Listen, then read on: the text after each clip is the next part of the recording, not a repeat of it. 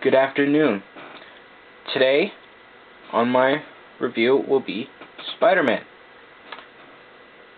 I will not dwell on backstory, because Spider-Man is one of the well-known superheroes in the comic universe. So I'll skip the backstory and go straight to the figure itself. In my opinion, this is one of the best Spider-Man figures ever released. He is a repaint of the Sandman series, Spider-Man 3 Spider-Man. With this Spider-Man sporting more traditional red and blue Spider-Man colors. So other than that, let's get to the articulation on the figure. The articulation in this figure is impressive. He has added articulated shoulders and torso, as most Marvel Legends only have one joint in the torso and one joint at the shoulder. Now, I will demonstrate this soon. But first, as per normal Marvel Legends figures or Spider-Man Classics, he's got the ball-jointed head that goes all around. So I won't show that off.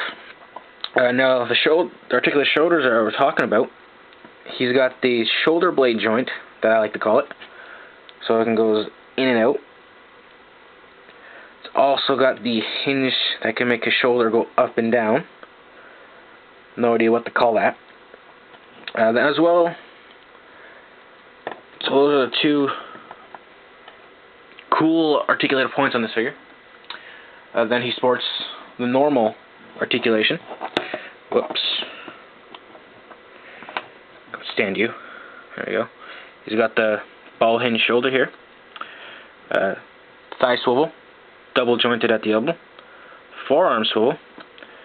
A hinged wrist. And individually articulated fingers. You can see that there. He's got 3 points in the torso to the waist. He's got one right here underneath the spider insignia. A swivel. Then he's got the hinged at the torso, as well as the swivel at the waist.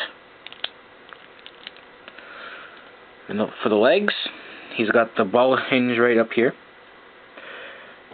Upper thigh swivel. Double hinged knees. Swivel at the calf, foot, and the toe.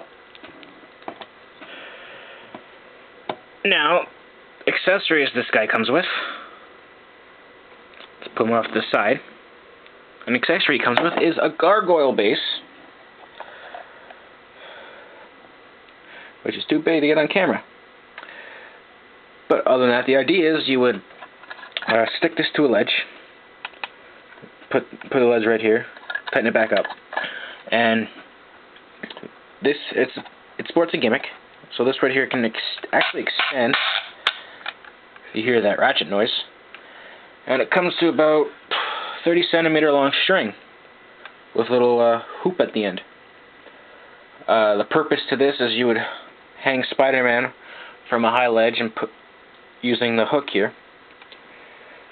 I'm not going to demonstrate it now because obviously it's too big for camera and it ain't going to work. But after you got that done, you push this button up here and it will retract the rest of the string as so. Now, by doing so, he can become loose and fall. But it does serve as a nice display piece though, which I will have him displayed with either Spider-Man hanging or sitting perched on top of the Gargoyle base itself. Now this is probably one of the better figures with the gimmick because it doesn't impede the figure in any way, shape, or form, considering how the gimmick is a separate piece. So lay that right here. So as I was saying, this Spider-Man figure is possibly the best figure out there. Best Spider-Man figure out there, in my opinion. Coming next would be the Scarlet Spider. I love that figure as well, from the Ares series. Now, little gripes about this figure. Let's move the base out of the way. My only gripes about this figure are actually in mine in particular. Unfortunately, though, he has a very loose torso, as well as his left knee, the one right here, the top one, is very loose as well, so it makes him hard for standing. Now, one that might be universal in all figures are the fingers itself. Let's back it up. I think I said universal fingers. I meant figures. Anyways, his fingers, if you can kind of see, I don't think it's going to focus. I'm probably not. But they're very thin. So they feel like, if you move them too much, they feel really loose as you move them. So be aware that they might, over time, they might stress enough and break off.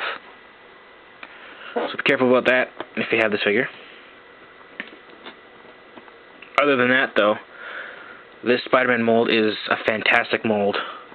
I've spent a long time looking for a good Spider-Man, and when I found this figure, my search has been over. He is a great Spider-Man figure. Has great posability. Possibly the best Spider-Man figure ever made, in my opinion, of course. Other of you might defer your opinion on that. So yeah, other than that, good all figure. Get him if you have a chance. eBay goes for a hefty price. I've done a new thing. I've searched on Amazon.com and I found lots of this Spider-Man as well as lots of Marvel Legends. They got good prices on there, especially for figurines that have been out for a while. Example, a Silver Surfer figure I found cheapest was $17. The Walmart exclusive. So that is a good price. So other than that, though, that was my review on Spider-Man Classic Spider-Man with Gargoyle base. Take care, guys.